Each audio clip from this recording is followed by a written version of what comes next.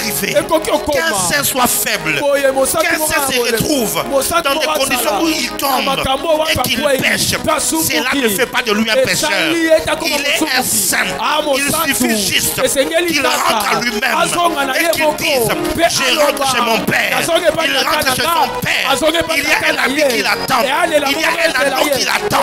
J'aimerais dire à quelqu'un: tu es resté longtemps dans le péché parce que le diable t'avait convaincu que Dieu ne peut jamais te pardonner. Écoute-moi très bien. Toute la colère de Dieu a été déversée sur Jésus-Christ à la croix. Toute la souffrance que Jésus a vécue, c'était la manifestation de toute la colère de Dieu sur l'homme et sur le péché des hommes, au point que Jésus a crié: Eloi, Eloi, lama sabachthani. Mon Père, pourquoi mon Dieu, pourquoi m'as-tu abandonné?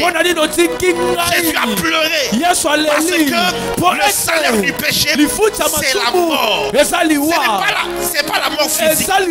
Jésus était séparé du Père avant de mourir.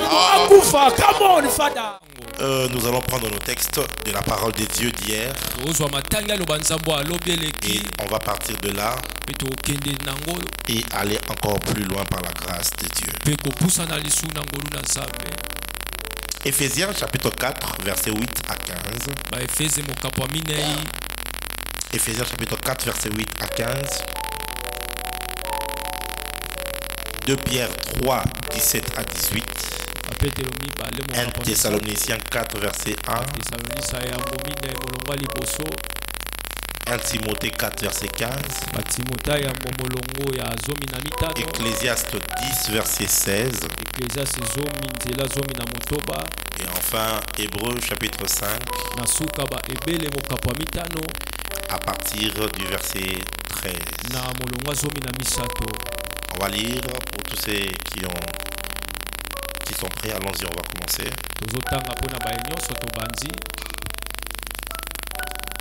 Éphésiens chapitre 4 verset 8 jusqu'au 15e. Nous lisons au nom de Jésus.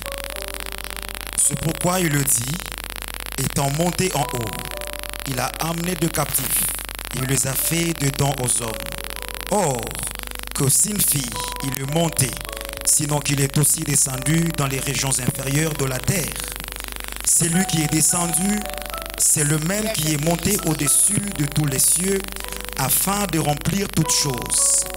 Et il a donné les uns comme apôtres, les autres comme prophètes, les autres comme évangélistes, les autres comme pasteurs et docteurs, pour le perfectionnement de saints en vue de l'œuvre du ministère et de l'édification du corps de Christ, jusqu'à ce que nous soyons tous parvenus à l'unité de la foi et de la connaissance du Fils de Dieu, à l'état d'homme fait, à la mesure de la stature parfaite de Christ, afin que nous ne soyons plus des enfants flottants et emportés à tout vent de doctrine par la tromperie et des hommes par leur ruse dans le moyen des séductions. 15.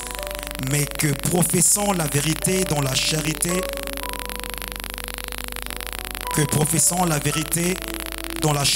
nous croissons à tous égards en celui qui est le chef, le Christ. Amen. Amen. Notre deuxième texte, 1 Thessaloniciens 4 verset 1. Pardon? 2 Pierre, oui. 2 Pierre 3, 17 à 18. Vous donc, bien-aimés, qui êtes avertis, mettez-vous sur vos gardes, de peur qu'entraînés par l'égarement des impies, vous ne veniez à déchoir de votre fermeté. Mais croissez dans la grâce et dans la connaissance de notre Seigneur et Sauveur Jésus-Christ. À lui soit la gloire, maintenant et pour l'éternité. Amen. 1 Thessaloniciens chapitre 4 verset 1er. Au reste, frères, puisque vous avez appris de nous comment vous devez vous conduire et plaire à Dieu, et que c'est cela ce que vous faites, nous vous prions et nous vous conjurons au nom du Seigneur Jésus de marcher à cet égard de progrès en progrès. De marcher à cet égard de progrès en progrès. 1 Timothée 4 verset 15. 1 Timothée chapitre 4, verset 15. Occupe-toi de ces choses, donne-toi tout entier à elles, afin que tes progrès soient évidents pour tous. Ecclésiaste 10, verset 16. Ecclésiaste 10, verset 16. Malheur à toi, pays dont le roi est un enfant, et dont les princes mangent dès le matin. Hébreux chapitre 5, du verset 11 au verset 14. Hébreux chapitre 5 du verset 11 au 14e. Nous avons beaucoup à dire là-dessus et de choses difficiles à expliquer parce que vous êtes devenus lents à comprendre. Vous, en effet, qui depuis longtemps devriez être de maîtres, vous avez encore besoin qu'on vous enseigne le premier rudiment des oracles de Dieu. Vous en êtes venus à avoir besoin de lait et non d'une nourriture solide. Or, quiconque en est au lait n'a pas l'expérience de la parole de justice, car il est un enfant. Mais la nourriture solide est pour les hommes faits, pour ceux dont le jugement est exercé par l'usage à discerner ce qui est bien et ce qui est mal. Amen. Mettons-nous s'il vous plaît dans la présence de Dieu. De plus en plus, je me rends compte de la complexité et de la grandeur de ce sujet que nous sommes en train de partager.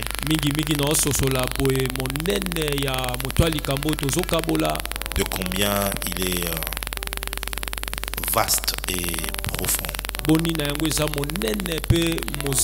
Mais selon les temps qui m'étaient impartis, pourquoi pas dans les jours à venir, même après le séminaire durant le mois d'août, continuer à explorer ce grand thème et ce grand sujet. Pourquoi pas plus tard avoir un autre séminaire et revenir au cas où nous ne finissons pas ces enseignements. Comme je l'avais dit, je bénis Dieu pour tous ceux qui sont venus avec leur carnet, leur cahier, leur Bible pour noter, pour écrire. Parce que vous devez savoir qu'une église ne grandit pas que numériquement. Une église grandit premièrement spirituellement. Lorsque ses membres commencent à grandir dans la connaissance de la parole, ils sont suffisamment nourris, alors l'église commence à croître. Et moi, en tant que père de cette œuvre, je n'ai pas que un désir d'avoir une foule. Quoique nous travaillons pour cela, mais je veux aussi et surtout avoir un peuple qui grandit spirituellement. C'est la raison d'être de ces séminaires, afin de vous donner les connaissances nécessaires, les clés qu'il faut pour vous permettre de grandir. Et je crois qu'après ces moments, le chemin de la croissance sera ouvert pour plusieurs personnes. Donne-moi un amen, bien, on va commencer. Hier, on a fait l'état des lieux en essayant de voir le monde, l'état du monde et l'état de l'église. On a essayé de brosser succinctement l'évolution que le monde a connue durant les 23 dernières années. Le monde a fait un bond en avant, même pas un bond, plusieurs bons en avant. Le monde a évolué de manière avec une rapidité inattendue. Nous sommes aujourd'hui dans le monde de la 5G, où nous avons tout est connecté. Ici en Afrique, un peu en retard, mais ailleurs, c'est encore beaucoup plus évolué. Les choses atteignent des proportions que l'humain d'il y a 50 ans ne pouvait rêver cela. Si on pouvait dire à quelqu'un il y a un temps que tu pouvais suivre un cours universitaire en le passant sur internet, juste en faisant un live Zoom,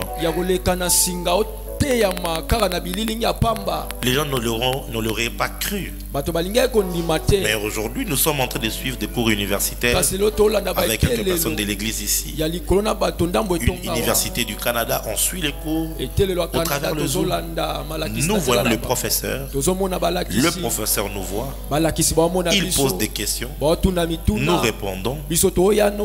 Alléluia. Amen. Il y a 50 ans en arrière, on ne pouvait pas l'imaginer. Le monde a tellement évolué. Et j'avais dit qu'il est anormal que le monde évolue autant et que l'église reste en retard. Et dans ce monde-là, le monde de l'intelligence artificielle, le monde de la robotique, le monde de la physique quantique, le monde de la nanotechnologie, dans ce monde-là, l'homme charnel n'a pas sa place. L'homme animal n'a pas sa place. Quand je parle de l'homme animal, je parle de l'homme naturel. Alléluia. Amen. Il n'a pas sa place. On va parler de ça plus tard. Écoutez ceci. Dans l'autre monde d'aujourd'hui, le satanisme est normalisé.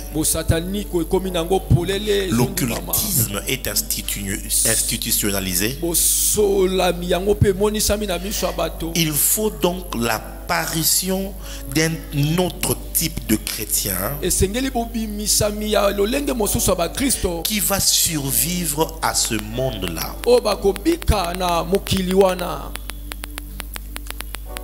Récemment, il y a eu des photos qui ont circulé sur internet et qui a choqué plusieurs personnes. Où on a vu des enfants dans une bibliothèque. Il y avait des signes sataniques en bas. Ils étaient habillés en noir. Quelqu'un a vu ça? Qui a vu ça sur internet? Ça nous a choqués, n'est-ce pas? J'aimerais vous dire quand même que c'était faux. Hein? D'accord? Ah, c'était faux. Mais c'était une simulation de l'intelligence artificielle. C'est comme les photos où on a vu le pape en basket. Hein? Donc voilà, c'est l'intelligence artificielle qui fait ça. Mais néanmoins, ça n'enlève pas le fait que dans le monde aujourd'hui, aux États-Unis, il y a des écoles qui cherchent à introduire le programme du satanisme à l'église, dans les écoles, comme à l'époque on avait des cours de religion. Donc le satanisme est normalisé. Il y a l'église de Satan en Afrique du Sud, à Cape Town, à Durban, à Djobu. L'église de Satan, c'est-à-dire l'église de Satan aux États-Unis. Normalement, ils tiennent leurs réunions, ils font des marches. C'est normalisé. C'est ici où quand quelqu'un se dit sorcier, on les marginalise là-bas. Les voyants, il y a une chaîne là, IDJ, je crois, quelque chose comme ça. C'est une chaîne de voyance. 24 heures sur 24. Tu appelles et on lit la boule de cristal. Tu donnes ton nom, tu donnes ta date de naissance et tout ça. Et on fait la voyance, on tire de cartes, on fait les tarots normal. C'est ici que jusqu'à présent voir un féticheur c'est sans cachette. Aux États-Unis, en Europe, c'est normalisé. Il y a par exemple sur ETV une émission, Le Voyant d'Hollywood. C'est ça, non? C'est ça, Le Voyant d'Hollywood. Le médium, c'est ça? On l'appelle le médium d'Hollywood. Où on voit un jeune homme pratiquer la nécromancie, pratiquer la divination. Il communique avec les morts. Une chose que Dieu a interdit explicitement dans la parole de Dieu. Mais quelqu'un le fait à la télévision auprès de toutes les stars. Et on rend cela normal. Alléluia. Amen. L'occultisme est pratiquement institutionnalisé. Dans plusieurs institutions, si tu viens et que tu es juste normal, on ne t'engage pas. On te fait comprendre qu'il faut être quelque part. Il faut signer un contrat. Il faut être dans un cercle. Il faut être dans un circuit. Nous étions à Pointe-Noire et une dame nous disait, elle est allée dans une interview dans une grande entreprise pétrolière et on lui a dit qu'on n'engage plus comme vous le pensiez. Il faut d'abord premièrement que tu fasses partie du cercle de l'élite. Et quoi, c'est une maison occulte. Quand tu es dedans, alors vous avez des opportunités. Et vous pensez peut-être que c'est loin de nous. Or non. Même dans notre pays, dans certaines banques, c'est comme cela. Dans certaines entreprises, c'est comme cela. Dans certaines institutions même politiques. Si dans le monde des avocats, on les appelle les caïmans. Un avocat qui a maintenant son cabinet et puis il doit prendre des jeunes gens qui viennent pour passer leur stage ou comment.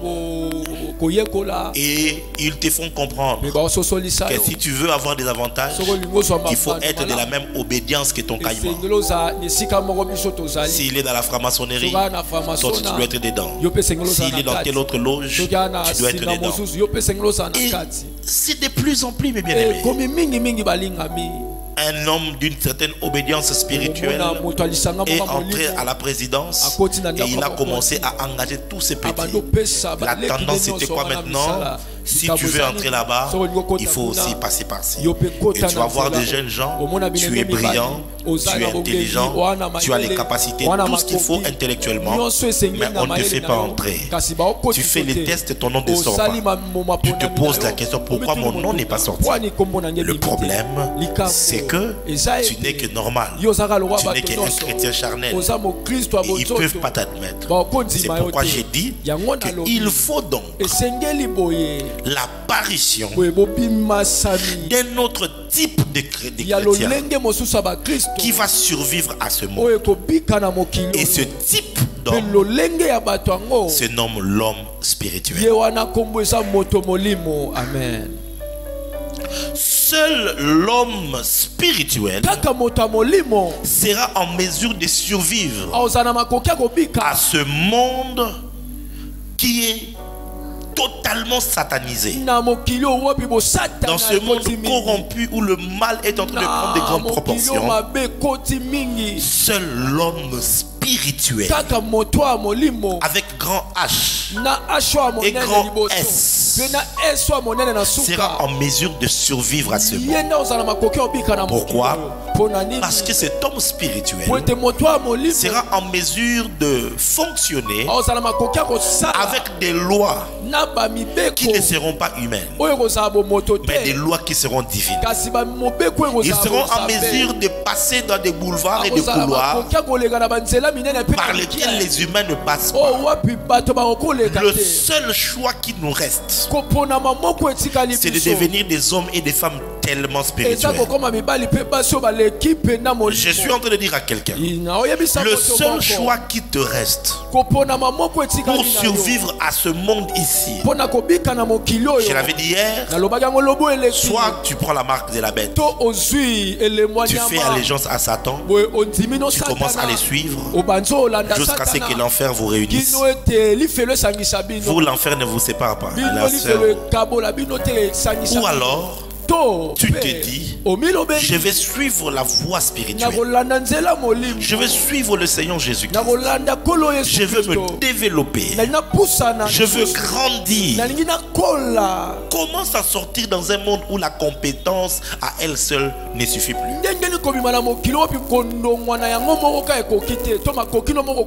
Hein? En principe, c'était que le monde était le monde de la compétence. Tu as étudié, tu as des capacités, tu as des habiletés, tu as des aptitudes. Et donc tu es tu es éligible à la réussite. C'est comme ça que tu vas voir les parents. Ils mettent de l'argent, des centaines de milliers de dollars, pour que l'enfant ait l'instruction nécessaire, qu'il développe les compétences pour lui donner la chance dans la société. Maintenant, imaginez un monde où la compétence, l'aptitude, les relations, la bonne attitude ne suffit plus pour réussir. Que faire?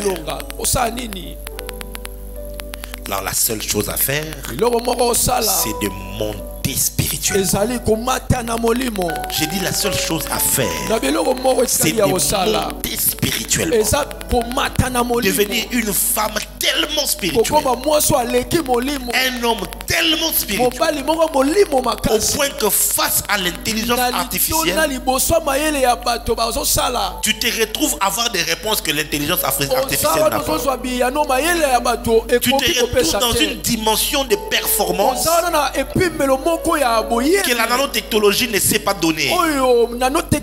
Il faut un nouveau type d'homme, des hommes spirituels.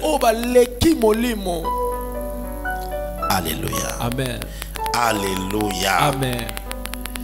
Et donc aujourd'hui, je vais commencer par parler de qui est l'homme spirituel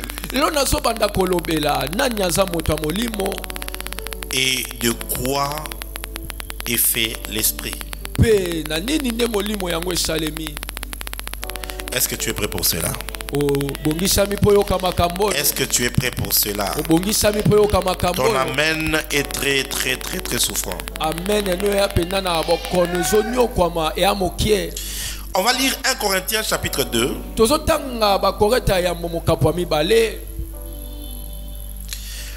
À partir du verset 4 jusqu'au verset 14. Suivez ce texte avec beaucoup d'attention. Le frère Anthony va lire pour nous. Vas-y rapidement. 1 Corinthiens chapitre 2 verset 4 à 14.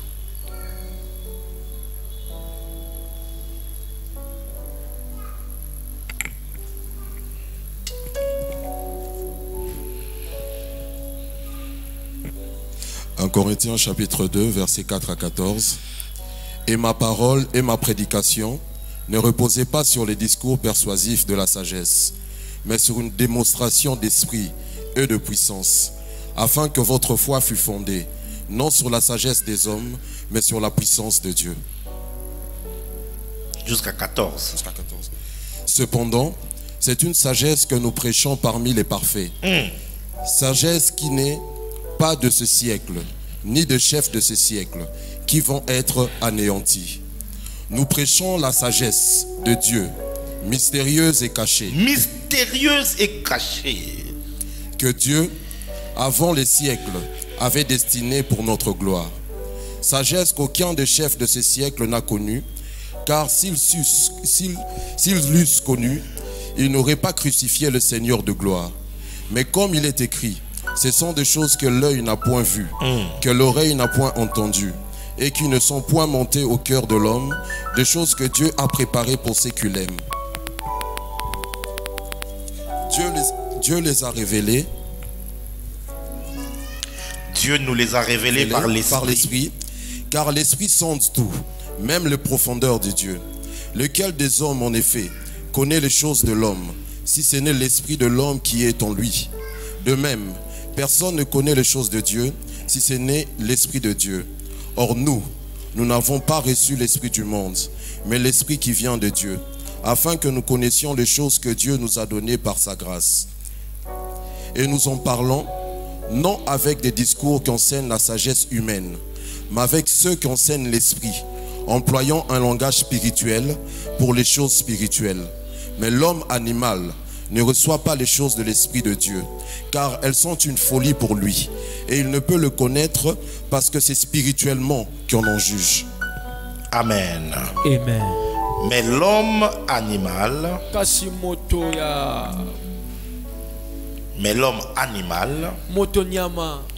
ne perçoit pas les choses de l'esprit. L'homme animal ne perçoit pas les choses de l'esprit. Prenez un deuxième texte. 1 Corinthiens chapitre 3. Le verset 1 jusqu'au verset 3.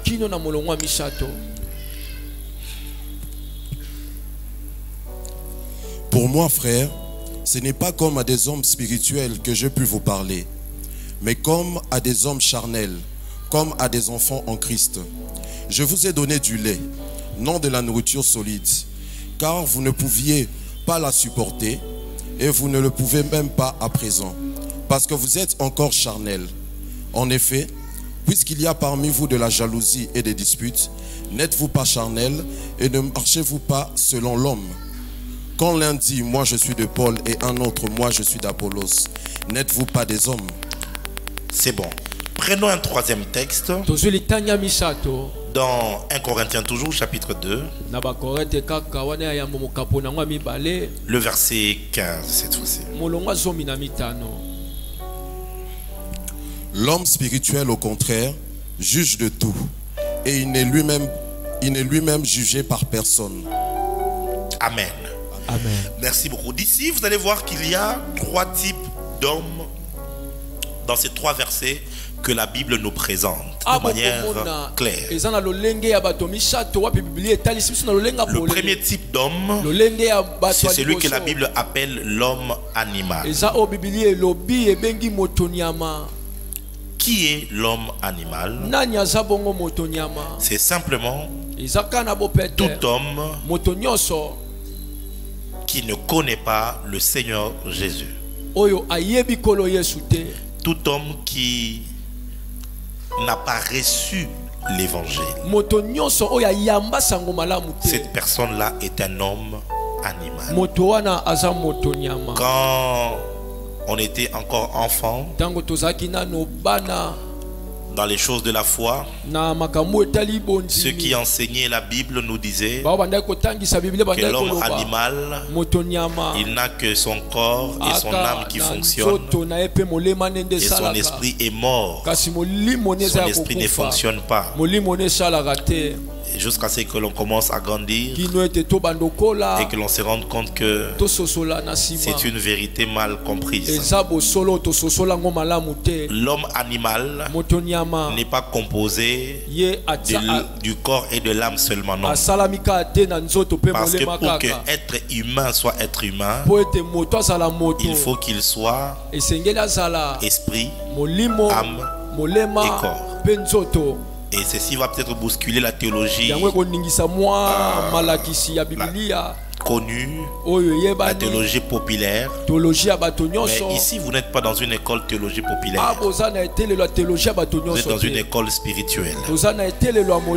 Et votre connaissance doit être une connaissance bien plus élevée et beaucoup plus exacte.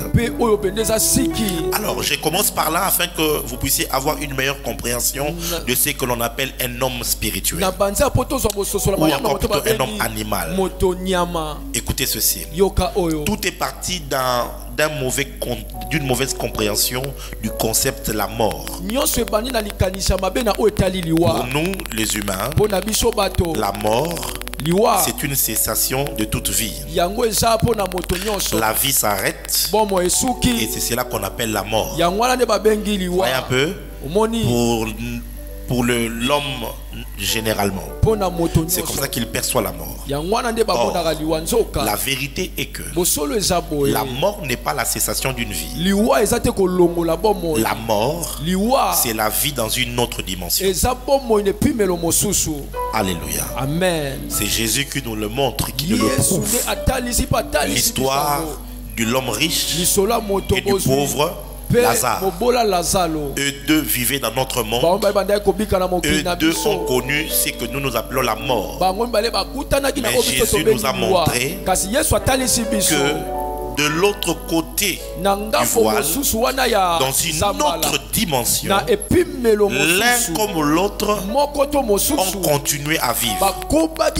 Mais l'un a continué dans un endroit qu'on appelle la vie. Et un autre a continué sa vie dans un endroit qu'on appelle la mort.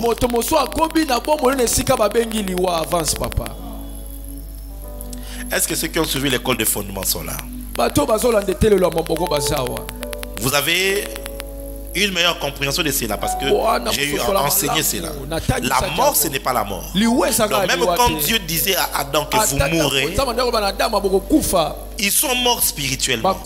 Mais c'est quoi la mort spirituelle? Ce n'est pas le fait de cesser d'exister. Ce n'est pas le fait de cesser de fonctionner. Non. La mort spirituelle, c'est simplement la vie de l'esprit dans le ténèbre. Avance, papa. Yes. C'est quoi la mort spirituelle? C'est la vie de l'esprit. Dans quoi? Dans les ténèbres. Ce n'est pas moi qui l'ai dit, c'est la Bible qui l'ai dit. Le Seigneur Jésus-Christ le révèle à l'apôtre Paul. Actes des apôtres, chapitre 26, le verset 17 et le verset 18. Je te choisis du milieu de ce peuple et du milieu de païens vers qui je t'envoie, afin que tu leur ouvres les yeux pour qu'ils passent des ténèbres à la lumière et de la puissance de Satan à Dieu, pour qu'ils reçoivent par la foi en moi le pardon des péchés et l'héritage avec les sanctifiés. Jésus dit ceci: lorsque tu vas aller vers ce monde, tu vas leur faire passer des ténèbres à la lumière. C'est-à-dire quoi? L'homme animal, c'est un homme dont l'esprit vit dans le monde des ténèbres. Ce monde des ténèbres, c'est ça là la mort. Quelqu'un comprend ça? C'est-à-dire que lorsque tu ne connais pas le Seigneur, communément on les appelle les païens. Mais ce n'est pas suffisamment juste de se faire appeler comme cela.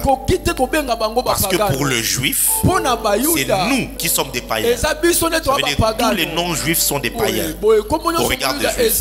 Mais pour les chrétiens, c'est ceux qui ne connaissent pas Jésus qui sont les païens. Donc c'est suffisamment relatif. Donc pour ceux qui ne connaissent pas l'évangile, ils vivent, ils ont leur corps, ils ont leur âme et ils ont leur esprit.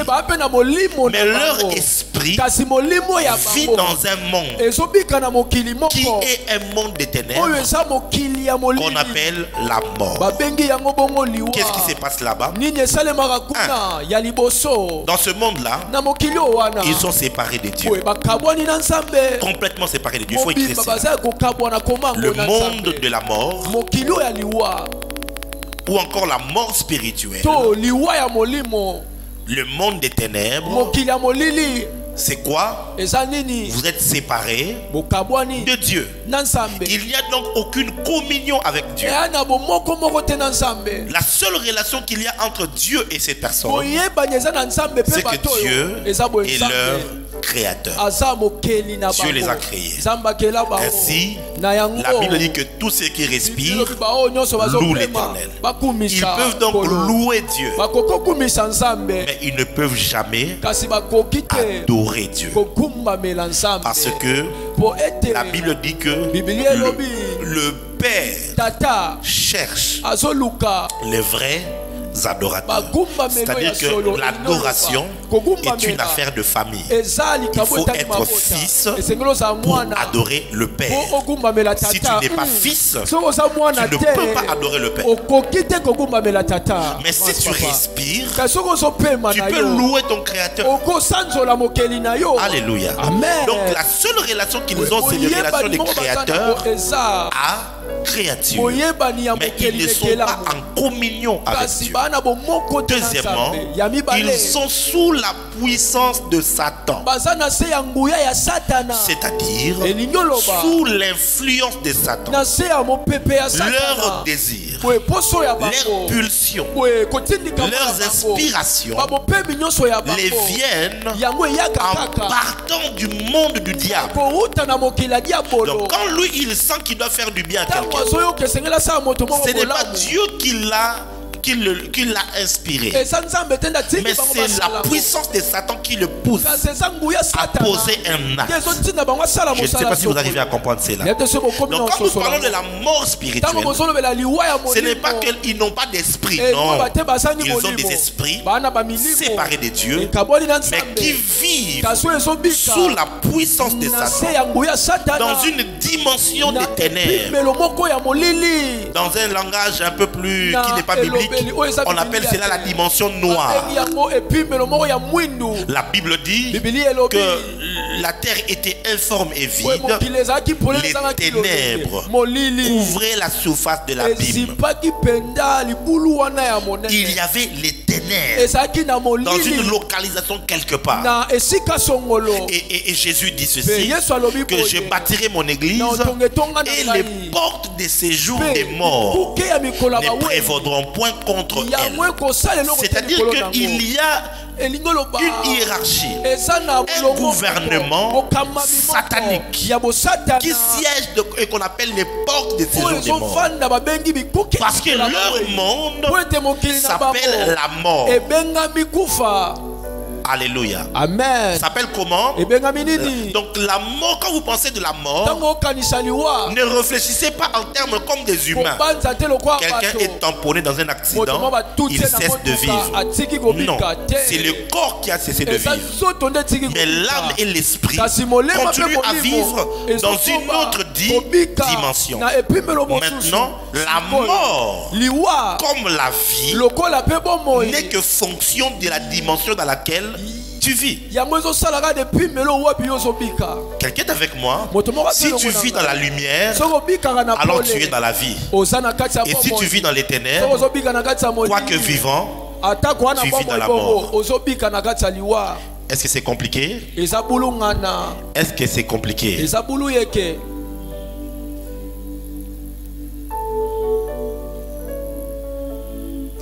On va lire un texte qui va nous éclairer.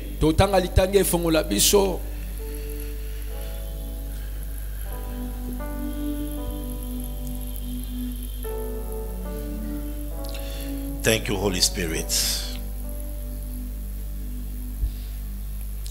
Nous sommes dans Apocalypse.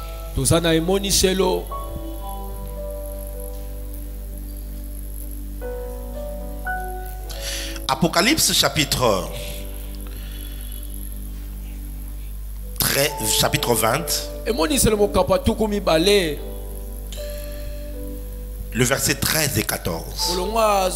La mort rendit le mort qui était en elle. La mort et les séjours des morts rendirent les morts qui étaient en eux, et chacun fut jugé selon ses œuvres. Verset 14. Et la mort et les séjours des morts furent jetés dans les temps de feu. C'est la seconde mort. Les temps des feux.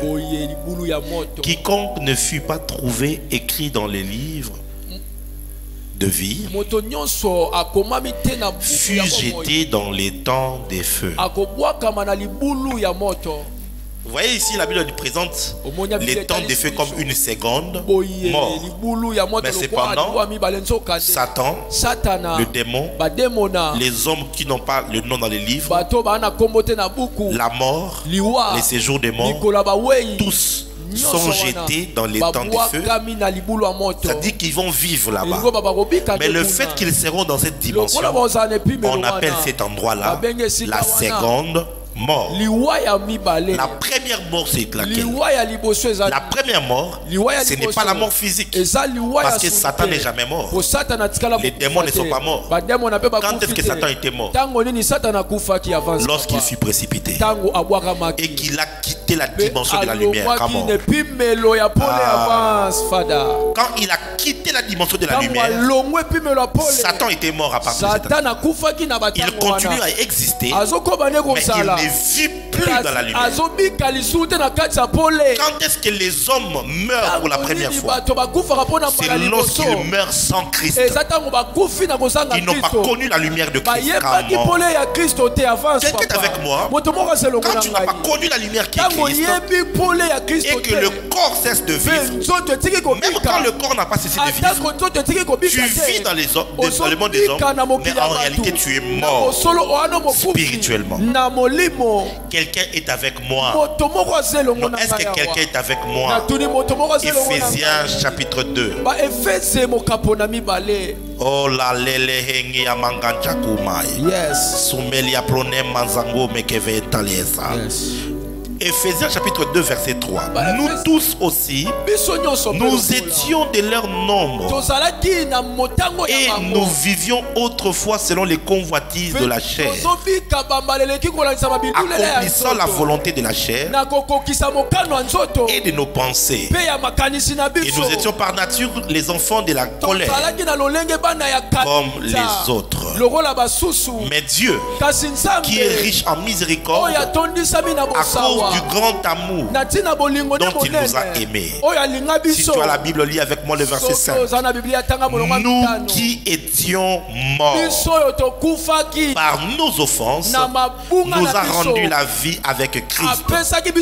C'est par grâce que vous êtes sauvés. Il dit nous étions morts. Mais non, nous n'étions pas morts. C'est lui qui écrit, c'est Paul. Si tu étais mort, comment tu as écrit? Il était vivant, il marchait, il était même dans la religion du judaïsme. Mais quand il écrit, il dit j'étais comment? Mort. C'était quoi la mort?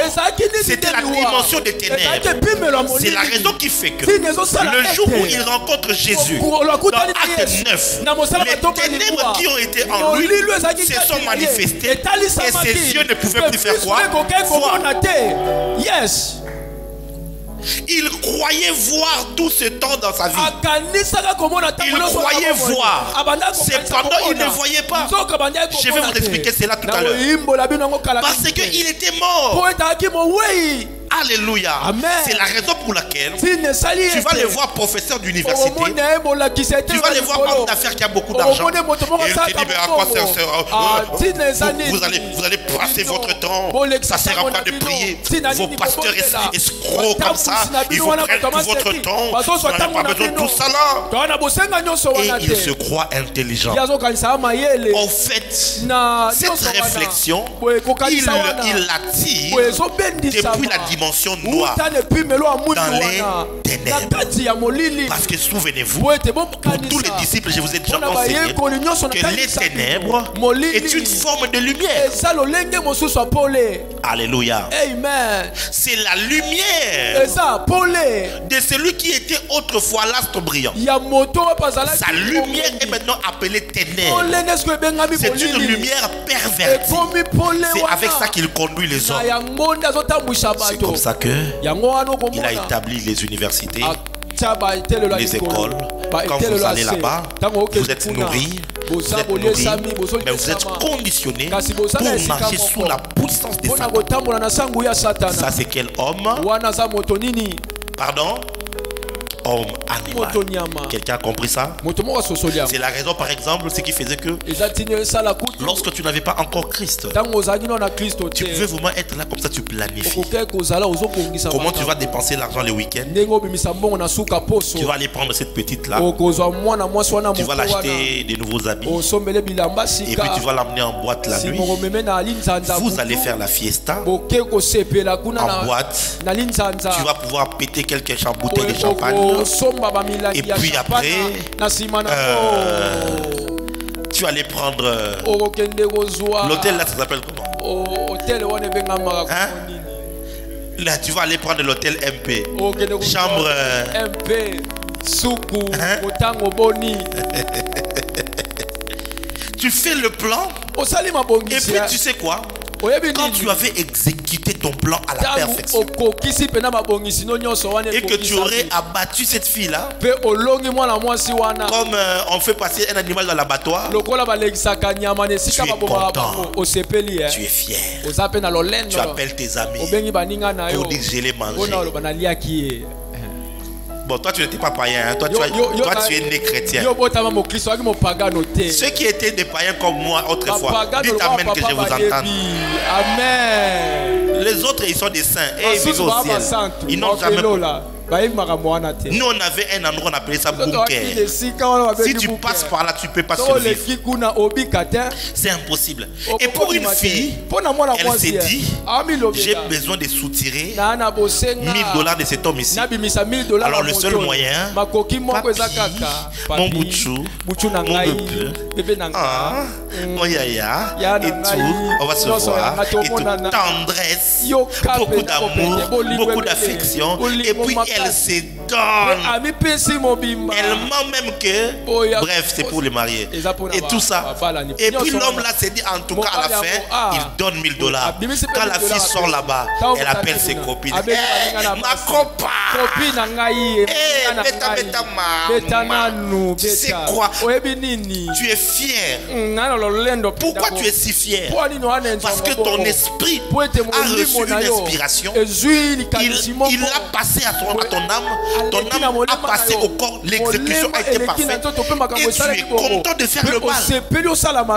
Mais aujourd'hui, si tu tombes dans le péché et que tu es réellement enfant de Dieu, tu auras très mal. Et quelquefois même tu caches ça. Tu ne veux pas que les gens sachent. Pourquoi? Parce que autrefois c'était normal parce que ton esprit vivait dans les ténèbres.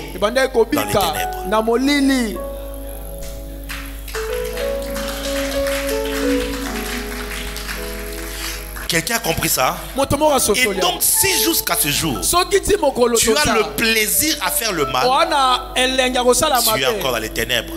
Tu as simplement la réponse que tu n'es jamais converti. Donc toi quand tu as fini tu planifies même le banco. Tu planifies. Il y a même des gens maintenant qui décident d'aller faire le banco chez les prophètes.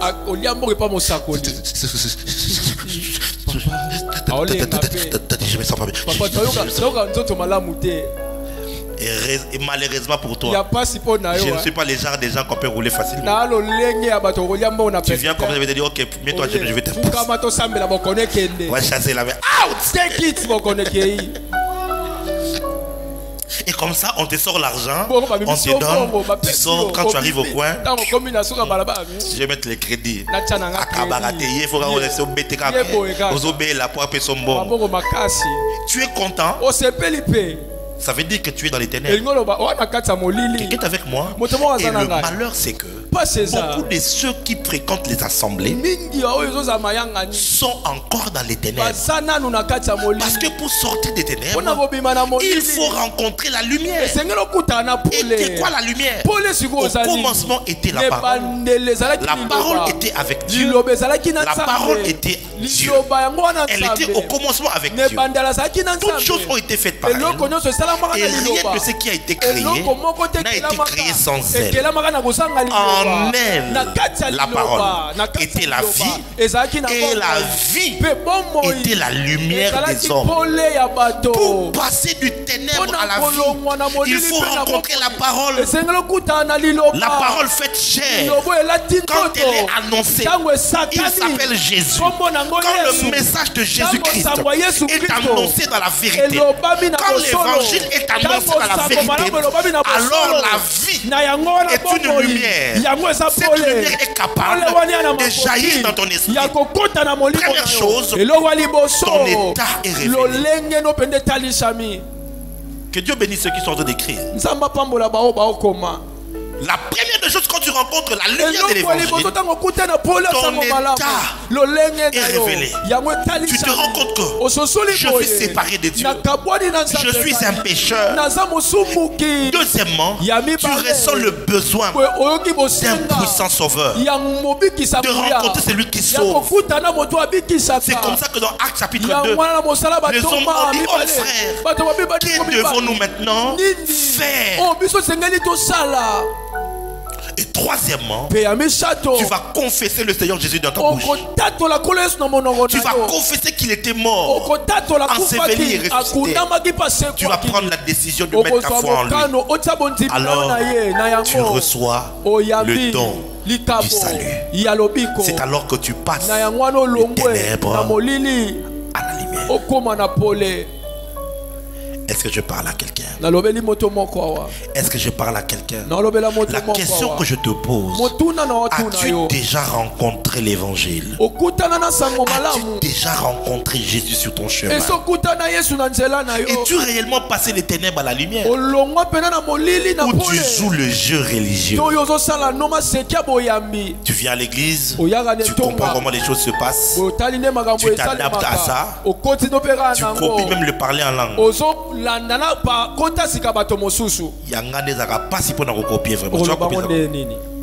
tu copies.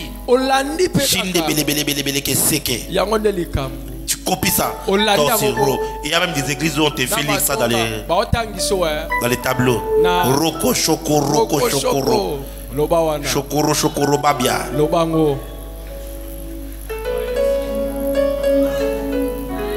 Et tu apprends, tu chantes. On a des chantres païens, des protocoles païens, des évangélistes païens, des prophètes païens, des apôtres païens, des hommes animaux qui ont juste compris la game. Ils font ce qu'on appelle en Côte d'Ivoire la marmaille. Nini? Marma. Encore? Marma. La marmaille. Yangoana marmaille. C'est ça même. Yangoana. International. Comment? Avance, papa. Alléluia. Amen. Et c'est eux qui amènent toutes ces choses dans l'église, mes bien-aimés. Ils amènent l'occultisme. Parce que, mes bien-aimés, il n'a jamais connu la lumière. Donc, toute œuvre de ténèbres, il est à l'aise avec ça. Comment tu peux te dire pasteur et tu peux aller chez un féticheur et vous faites aussi des incantations pour pouvoir appeler la foule et faire des miracles. Tu n'as jamais été dans la lumière. Oh my God. Avance, papa. Je prie pour quelqu'un ici que tu rencontres la lumière qui est Christ. Le mal est que l'apôtre Paul, avant de rencontrer la lumière, il avait fait plusieurs années. Il a étudié la Bible. Il a étudié la spiritualité juive. Il a connu la Kabbalah. Il connaissait l'essence cachée des mots. Il connaissait la numérologie.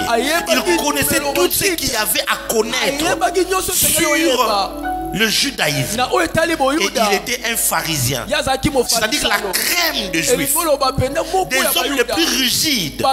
Il était saint selon la religion, mais il était dans les ténèbres. Tu peux avoir fait 10 ans dans l'église et tu es dans les ténèbres. Tu peux avoir fait 20 ans dans l'église, tu es dans les ténèbres. Tu n'es pas dans la lumière parce que tu as la carte des membres de votre église. Tu n'es pas dans la lumière parce que tu as la photo de votre prophète à la maison. Non. Tu n'es pas dans la lumière parce que tu dis Amen à une déclaration ou parce que tu es tombé sous la puissance du Saint-Esprit. Encore faut-il que ce soit la puissance du Saint-Esprit. Pas parce que tu es tombé, les démons ont parlé, que tu es entré dans la lumière. Tu ne peux entrer dans la lumière que lorsque tu fais une rencontre personnelle. Les uns, c'est lorsque le prédicateur prêchait et leurs yeux se sont ouverts. Ils ont vu la beauté du calvaire, la beauté de l'œuvre de la croix. Leur cœur était déchiré. Ils ont commencé à déchirer leur cœur devant le Seigneur. Ils ont demandé les saluts. Quelqu'un d'autre, après avoir fait des années à l'église, un jour alors qu'il méditait les Écritures, il méditait la Bible, d'un coup ses yeux se sont ouverts. Il a commencé à voir la lumière. Écoutez-moi très bien. Seule l'expérience personnelle de la rencontre avec Jésus peut amener à la conversion. J'ai dit seule une expérience personnelle. Nous en avons marre des païens qui jouent aux instruments, des païens qui tiennent des micros, des païens qui chantent, des païens qui prêchent. Il n'a aucune communion avec le Seigneur. Il se plaît à faire le mal. S'il drague une sœur, il va coucher avec la sœur et il sera content.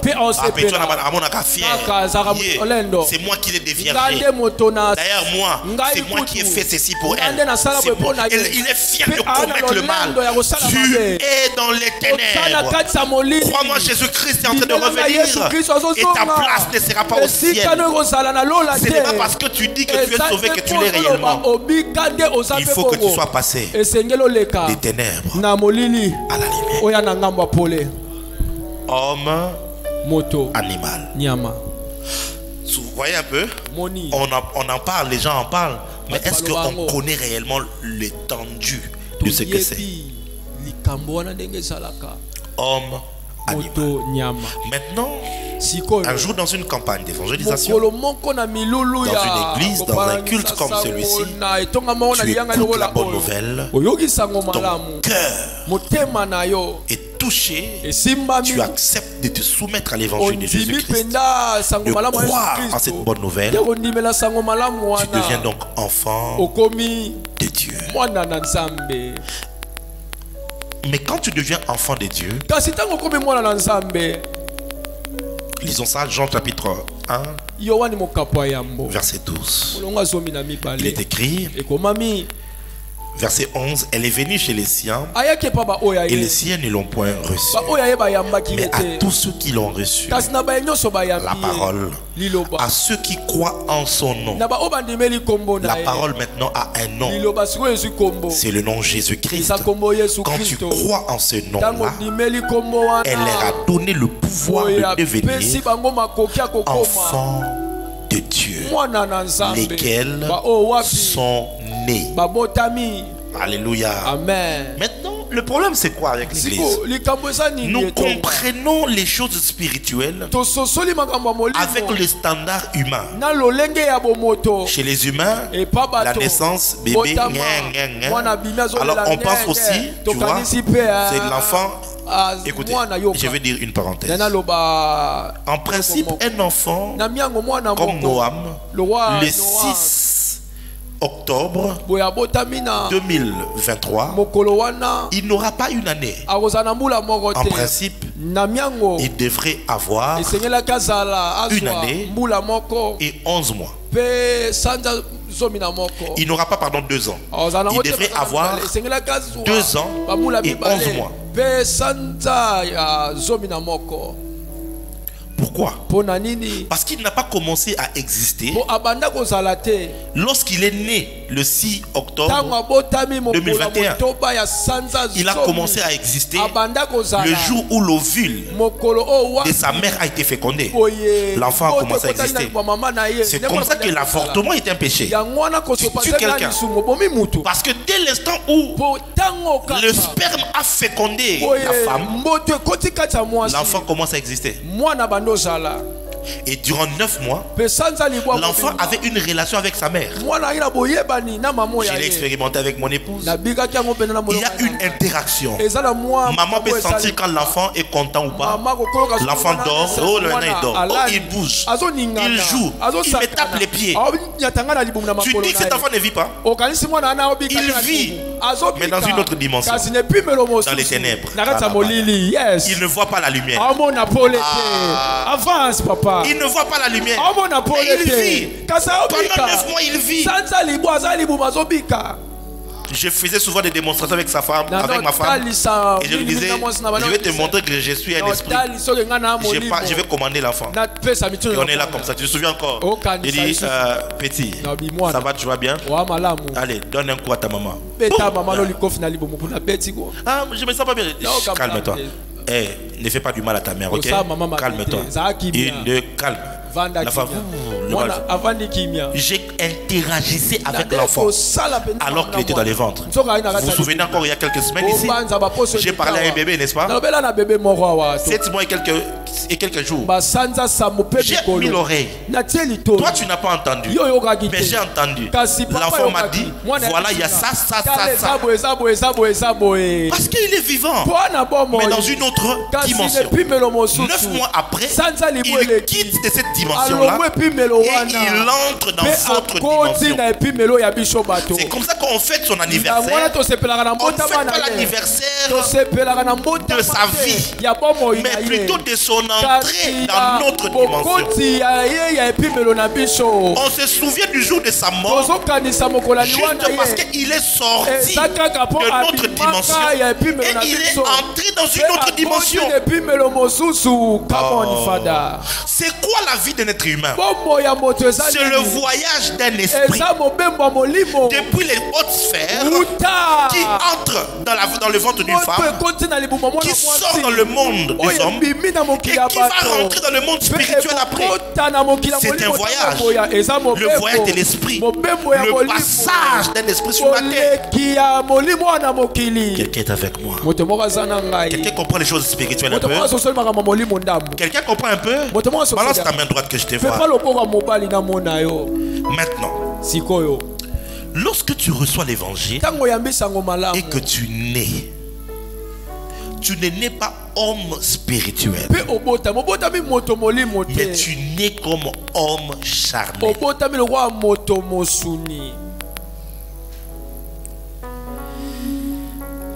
On l'a lu dans 1 Corinthiens chapitre 2, c'est le deuxième type d'homme. Hein? Ça, je les ai appris en 98 quand j'ai fait des affermissements. On m'a appris ça, mais la compréhension, je l'ai reçue il y a quelques années en arrière, lorsque le Seigneur m'a amené au ciel. Il m'a montré comment les esprits sont formés, comment les mondes des esprits fonctionnent. J'ai compris que ceux qui m'ont dit, ils m'ont dit juste des noms et des choses qui n'ont pas de sens. Mais je crois que maintenant, quand tu parleras de l'homme spirituel, tu vas l'expliquer autrement. N'est-ce pas? Quand tu vas parler de l'homme animal, tu ne diras pas, oh, c'est parce qu'il est comme un animal. Les animaux n'ont que les corps et les âmes. Maintenant, les lions qui sont au ciel là-bas, c'est quel type de... Ils ne sont pas des esprits? On va rentrer là-bas quel autre jour.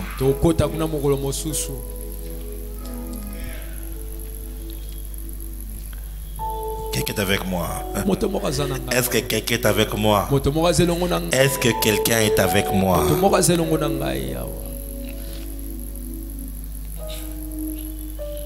Pourquoi est-ce que quand on parle des joueurs de la RDC, on les appelle les léopards? C'est quel léopard? Pourquoi est-ce que les Gabonais sont des éperviers et que les Français c'est le coq? C'est quel type d'animal là? Physique ou spirituel? Et ils ont tiré. Avance, papa. Bref, ça c'est pas pour nous aujourd'hui. Pour un autre jour. Lorsque tu reçois l'évangile et que tu es né de nouveau, mais tu es un chrétien charnel. Tu deviens un homme charnel. La Bible l'a dit dans 1 Corinthiens chapitre 2, le verset 15, nous l'avons lu. Il dit pour moi, c'est 15 ou 13. Il dit, j'ai parlé non pas comme à des hommes spirituels, mais comme à des hommes charnels. Et il explique, parce que vous êtes encore dans les disputes et dans les divisions.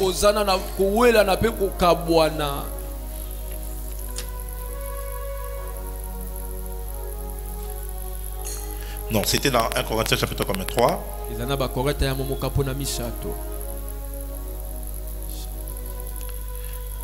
3 verset 1. Pour moi, frère, ce n'est pas comme à des hommes spirituels que j'ai pu vous parler, mais comme à des hommes charnels. Ici, il parle aux chrétiens qui sont convertis à Corinthe.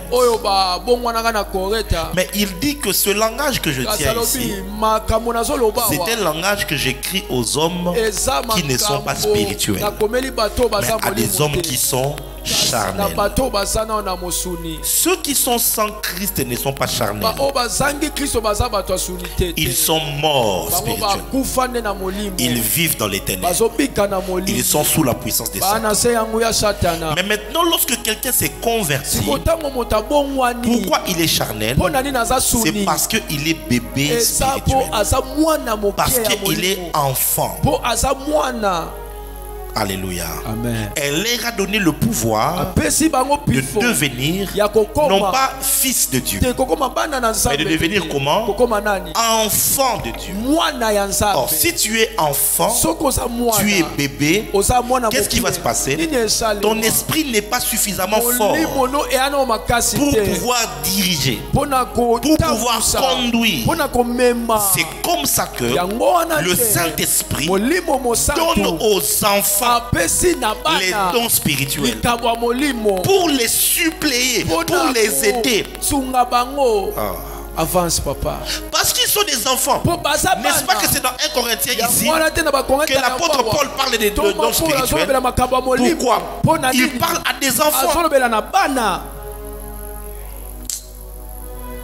Il parle à ceux qui sont charnels, à ceux qui sont convertis, mais que les œuvres de ténèbres ont encore l'emprise sur eux. Tu es né dans la lumière, mais tu n'as pas encore reçu la pleine forme dans la lumière. Tu es dans la lumière, mais les œuvres de ténèbres sont encore dans tes membres. Le virus qu'on appelle la chair est encore dans tes membres, et c'est ce virus-là qui te conduit, qui te pousse. Désormais, qu'est-ce qui se passe maintenant? Quand tu as menti, tu as mal. Pourquoi? Tu as fait quelque chose qui n'est pas de la lumière. Tu vois maintenant? Désormais, avant tu mentais sans avoir mal parce que tu étais dans les ténèbres. Mais maintenant que tu es entré dans la lumière, si tu mens, tu remarques que cette œuvre n'est pas l'œuvre de la lumière. Ça ne correspond pas à ma nature. Voilà pourquoi je vais dire quelque chose qui va te choquer. On te l'a répété dans plusieurs églises où tu es parti avant. Mais ta théologie va changer aujourd'hui. Et tu vas sortir de la religion. Le Saint-Esprit ne te convainc pas du péché, de la justice et du jugement. Non. Oh non, quand tu pèches, quand tu es enfant de Dieu maintenant et que tu pèches, le Saint-Esprit va te convaincre du péché. C'est faux. Vous voyez? Parce que c'est que l'homme blanc a dit, l'homme noir a dit oui, amen. Ce n'est pas biblique. Jésus a dit ceci. Lorsqu'il viendra, il convaincra le monde. C'est le monde qui sera convaincu du péché. Jésus explique. C'est quoi leur péché? Ils n'ont pas cru en moi. C'est ça le péché. Avance, papa. Mes frères et sœurs, la vérité doit être connue telle que la justice, parce que le prince de ce monde est jugé. Le jugement, il dit parce que je vais au Père. Il donne l'explication du rôle du Saint-Esprit.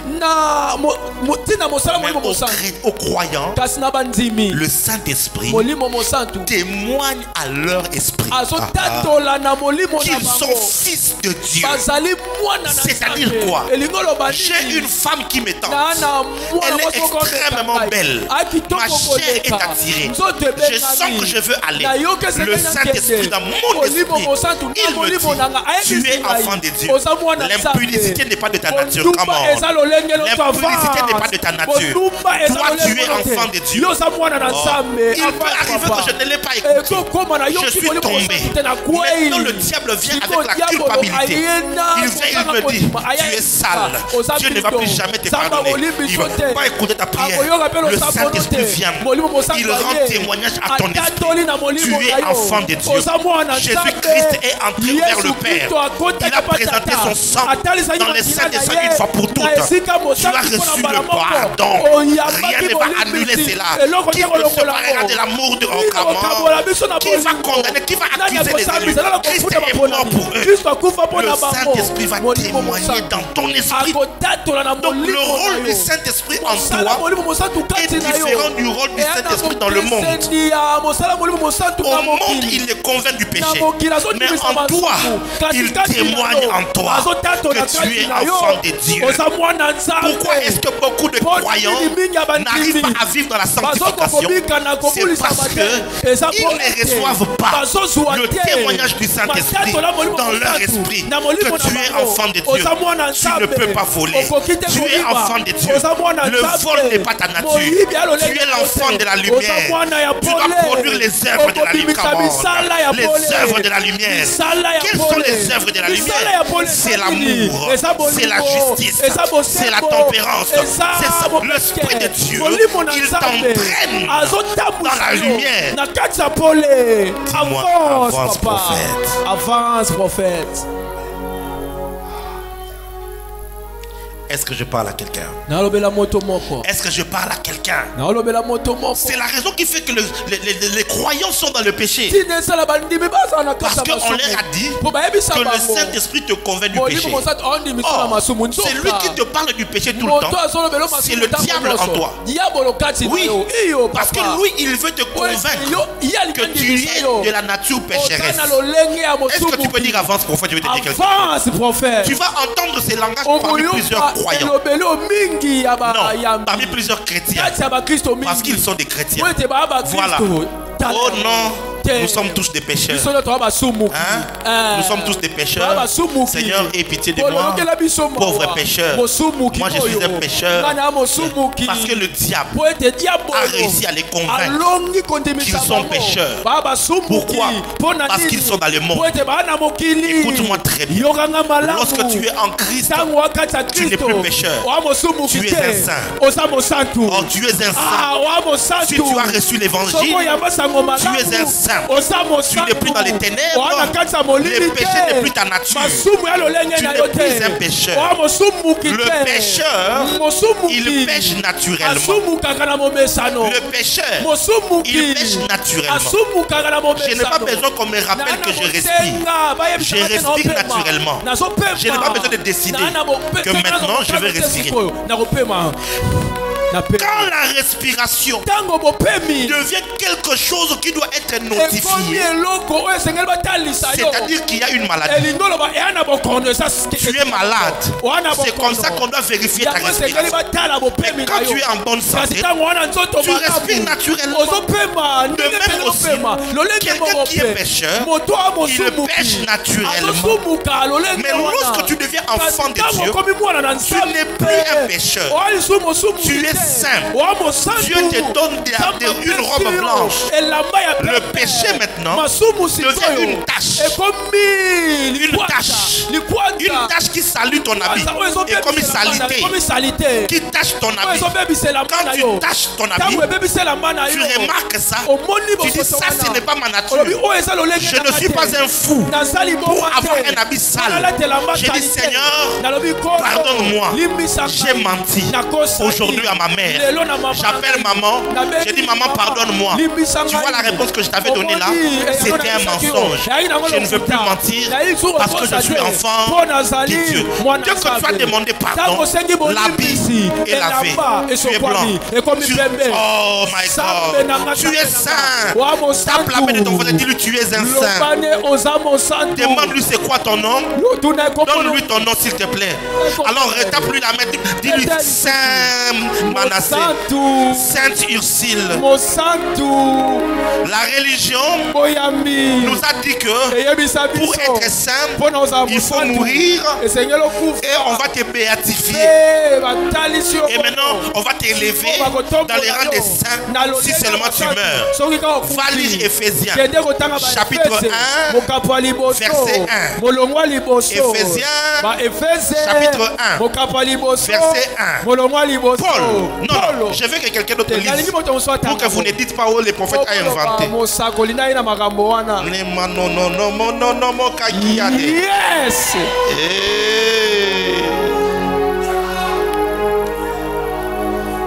Quelqu'un lise Éphésiens 1, verset 1. Éphésiens 1. Paul, apôtre de Jésus-Christ par la volonté de Dieu, aux saints qui sont à Éphèse. Pardon? Aux saints qui sont à Éphèse. Pardon? Aux saints qui sont à Éphèse. Pardon? Aux saints qui sont à Éphèse. Non. Si c'était une lettre envoyée à Tanganyika 48, remplace Éphèse par Tanganyika 48. Aux saints qui sont à Tanganyika 48. Il a appelé des saints, non pas ceux qui sont morts, mais ceux qui sont vivants. Dans Éphésiens chapitre 4, verset 30, verset 31, il parle aux saints. Il dit ceci: n'attristez pas le Saint-Esprit. C'est-à-dire que le saint qui sont à Éphèse pouvaient attrister le Saint-Esprit. Verset 31.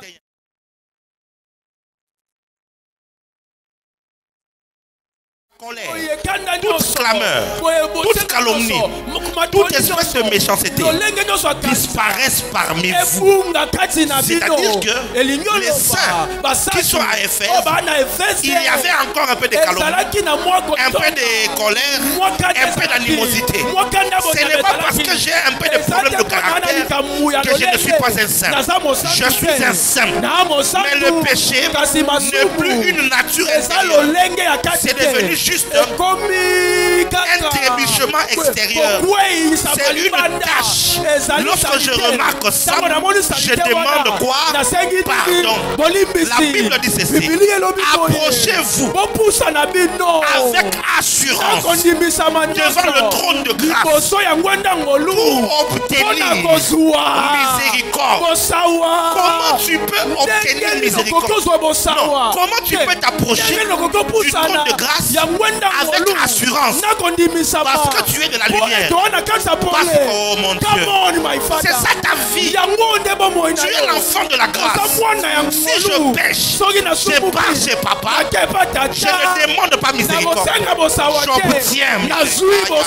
C'est pourquoi si je pêche, je dirais Seigneur, merci pour ta kamanaya, pour ta miséricorde.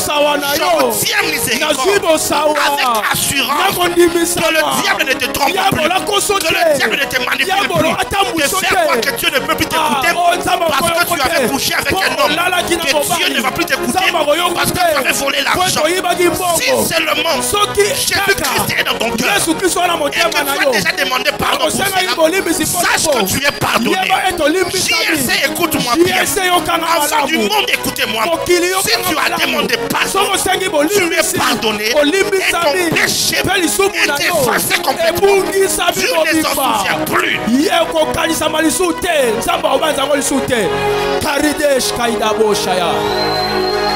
Vous connaîtrez la vérité et la vérité vous affranchira. Pourquoi est-ce que tu reviens sur le même péché? Parce que le diable t'a dit tu es un pécheur. Tu vois? Qu'est-ce que le pécheur fait? Le pécheur pêche. Il pêche naturellement. Puisque tu as cru en cette vérité, je suis un pécheur. Quand la tentation arrive, tu ne peux pas résister. Tu tombes, tu pêches, tu vis dedans. Quand l'envie de fumer la cigarette te prend, c'est normal. Tu tombes dans ça parce que tu te dis je suis un pécheur. D'ailleurs, Moussanto Salakate, Moussanto Akufa,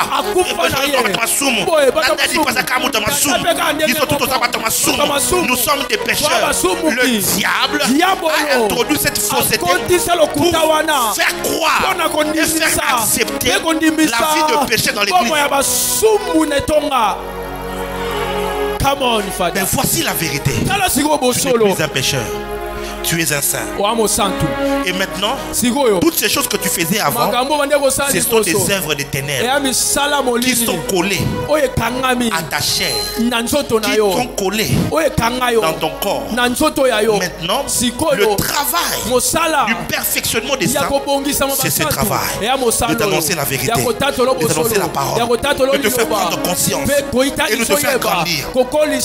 Plus tu vas grandir dans la lumière, plus tu vas grandir dans la lumière, qu'est-ce qui va se passer? Tu vas commencer à rejeter ce qui est mal. Tu vas commencer à rejeter ce qui est mal. Personne ne te dira arrête avec l'alcool. Toi-même, tu regarderas l'alcool et tu diras je ne peux plus boire. Toi-même, tu prendras la cigarette, je ne peux plus fumer. Toi-même, tu verras les filles et tu dis je ne vais plus suivre cette foi. Pourquoi? Parce que tu commences à grandir.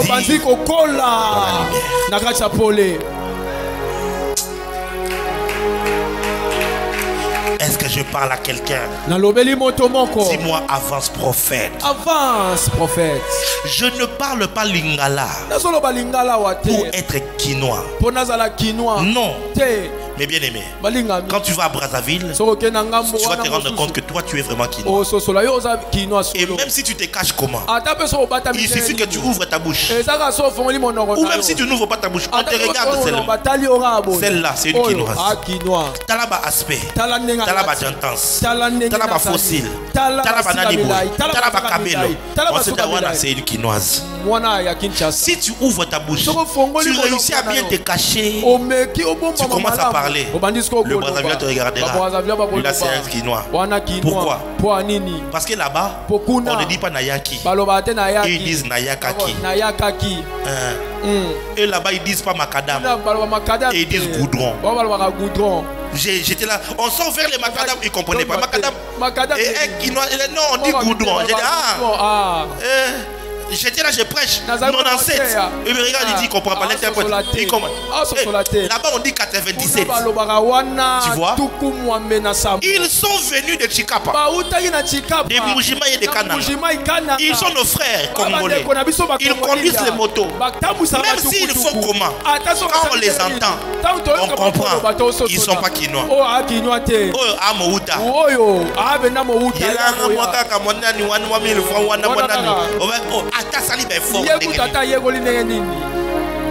Soki ata muluba uta mboka ayaki na jeunesse abongisi kilingala na ye tikela ekata ako kita 60 ans lingale kobeba ola loba Dieu o manaka Dieu bon sala wana Mouta. Auta. Je sais pas si tu comprends ça. Mais celui qui est né à qui, il ne parle pas lingala pour devenir quinois. Il s'exprime en lingala parce qu'il est quinois. C'est sa nature. Donc vraiment veut dire que si on met la systématique vraiment que na maman la quinois. Oh les gars l'esprit est né au zaman. You mario petit mobo. Au senti bien que trois fois ça ya maman la quinois. Oh les gars l'esprit. Vous comprenez ça? Je parle lingala parce que je suis quinois. Si je dois me sanctifier, c'est parce que je suis saint. C'est ma nature. C'est ma nature. Chez nous dans la lumière, on n'insulte pas. Dans la lumière, on pardonne l'autre. Dans la lumière, on honore les parents. Dans la lumière, on aime les autres. Dans la lumière, on ne ment pas.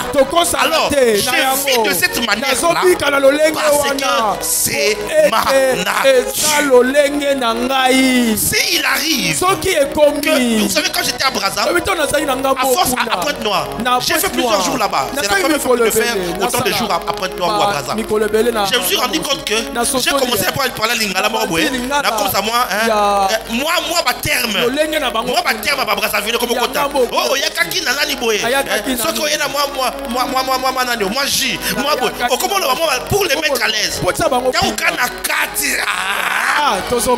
kati sikaka qui nous ont téléchargé parce que je suis il peut arriver qu'un saint soit faible, qu'un saint se retrouve dans des conditions où il tombe et qu'il pêche. Cela ne fait pas de lui un pécheur. Il est un saint. Il suffit juste qu'il rentre à lui-même et qu'il dise je rentre chez mon père. Il rentre chez son père. Il y a un ami qui l'attend. Il y a un anneau qui l'attend.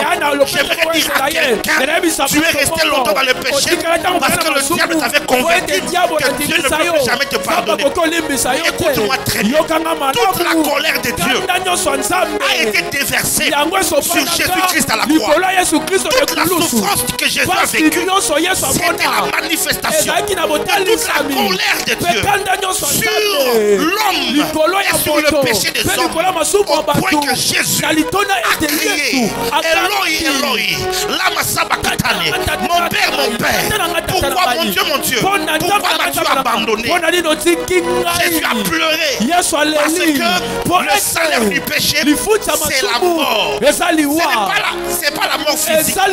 Jésus était séparé du Père avant de mourir. Oh my God. J'ai dit Jésus était séparé du Père avant de mourir. Il a dit, mon Dieu, pourquoi m'as-tu abandonné? Je suis séparé de toi. Mon esprit est entré dans une autre dimension. Mon âme va aller en enfer parce que je suis séparé de Dieu. C'était le plus grand châtiment que Jésus pouvait subir, qu'il soit séparé de sa source. Vous pouvez vous imaginer qu'il est un avec le Père. Il est sorti du Père. Il y a un cordon ombilical qui le lie avec le Père. Il était sur la terre, connecté avec le Père. La Bible dit que Dieu était en Christ, réconciliait le monde avec lui-même. Il dit même que personne n'est monté au ciel, c'est le Fils de l'homme qui est au ciel. Il était sur la terre, mais il disait qu'il est au ciel. Qui est le Fils de l'homme qui était sur la terre, mais aussi au ciel. Au ciel, c'était le Père. Sur la terre, c'était le Fils. Connecté par un cordon spirituel. Mais sur la croix, ils étaient séparés pour la première fois. C'était la plus grande souffrance que Jésus a connue. La séparation avec le Père. Son âme est entrée en enfer. Toute la souffrance des hommes. La Bible dit le châtiment qui nous condamne est tombé sur lui. Toute la colère que Dieu pouvait avoir contre le péché, Dieu l'a fait tomber sur Christ. Et quand Christ est ressuscité, Dieu n'a plus de colère pour tous ceux qui sont en Christ. C'est pourquoi il est dit, si quelqu'un est en Christ, il est une nouvelle créature. Les choses anciennes sont passées. Voici toutes choses.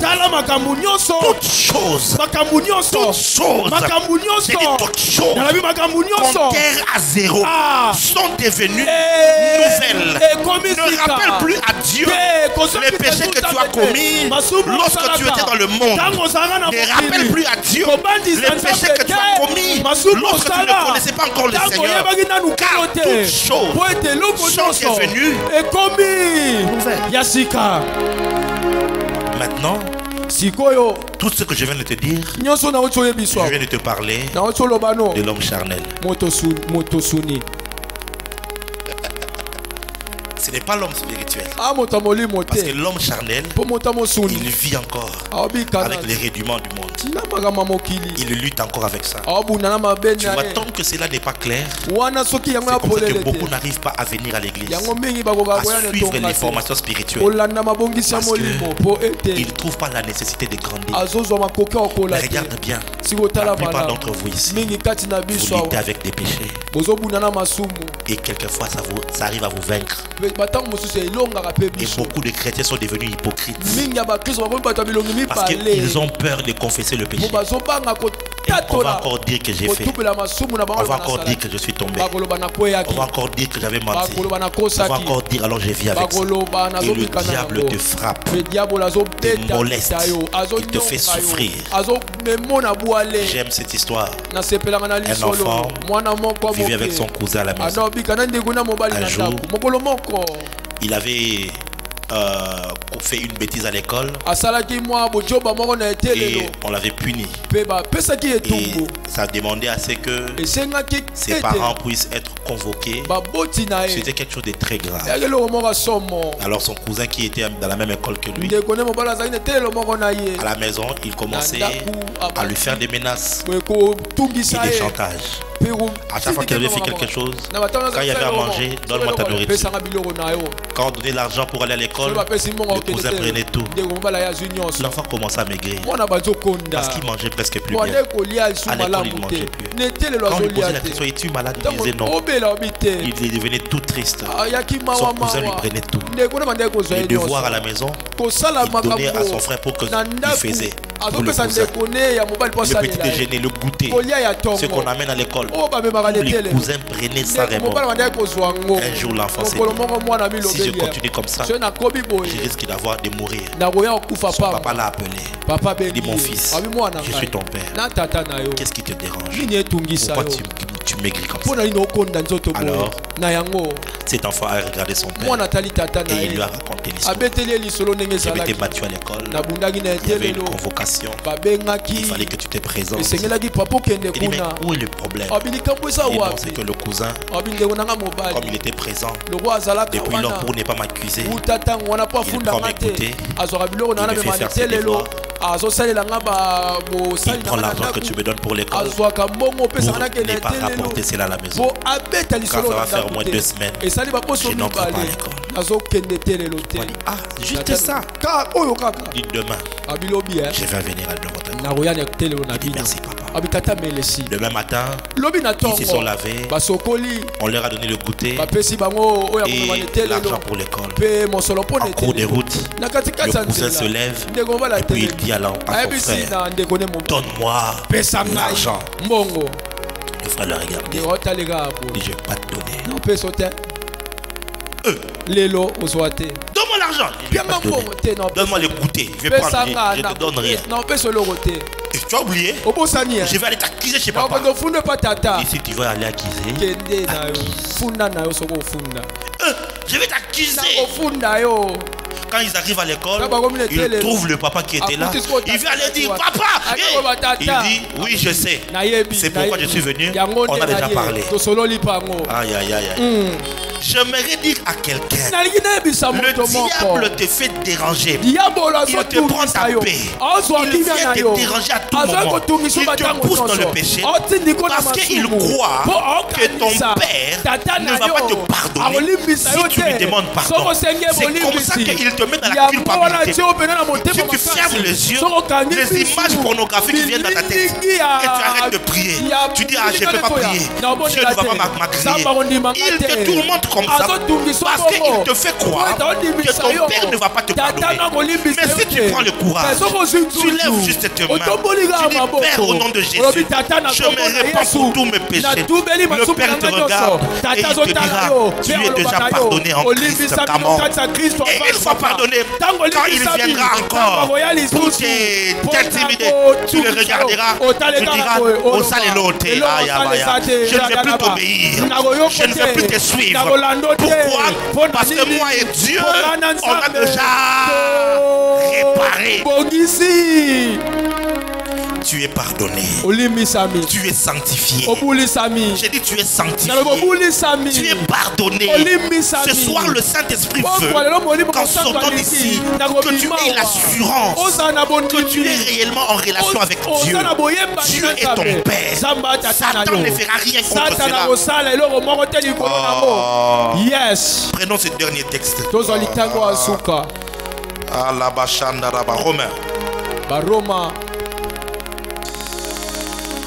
Romains chapitre 8. Yes. Est-ce que quelqu'un est béni ici? Est-ce que quelqu'un est béni ici? Amen. Est-ce que cette parole s'est adressée à quelqu'un? Non, est-ce que cette parole s'est adressée à quelqu'un? Yes. Romains chapitre 8.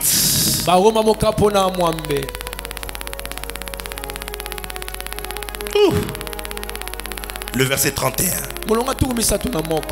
jusqu'au verset 35. Que dirons-nous donc à l'égard de ces choses? Si Dieu est pour nous, qui sera contre nous? Je suis en train de dire à quelqu'un, Dieu est pour toi. Je disais Dieu est pour toi. Yahweh Oza Nangambo Nanga. Yes. Nakobangelo Kote. Hello. Dieu est pour toi. Je disais Dieu est pour toi. Qui sera contre toi? Personne ne sera contre toi.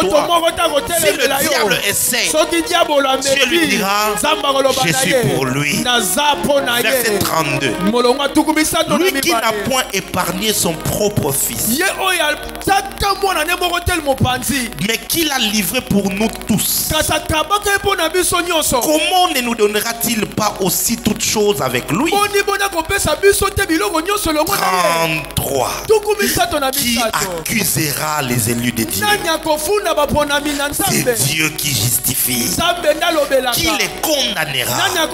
Christ est mort. Bien plus, il est ressuscité. Et il est à la droite de Dieu. Et il intercède pour nous. Qui nous séparera de l'amour de Christ? Serait-ce la tribulation, ou l'angoisse, ou la persécution, ou la faim, ou la nudité, ou le péril, ou l'épée? 37.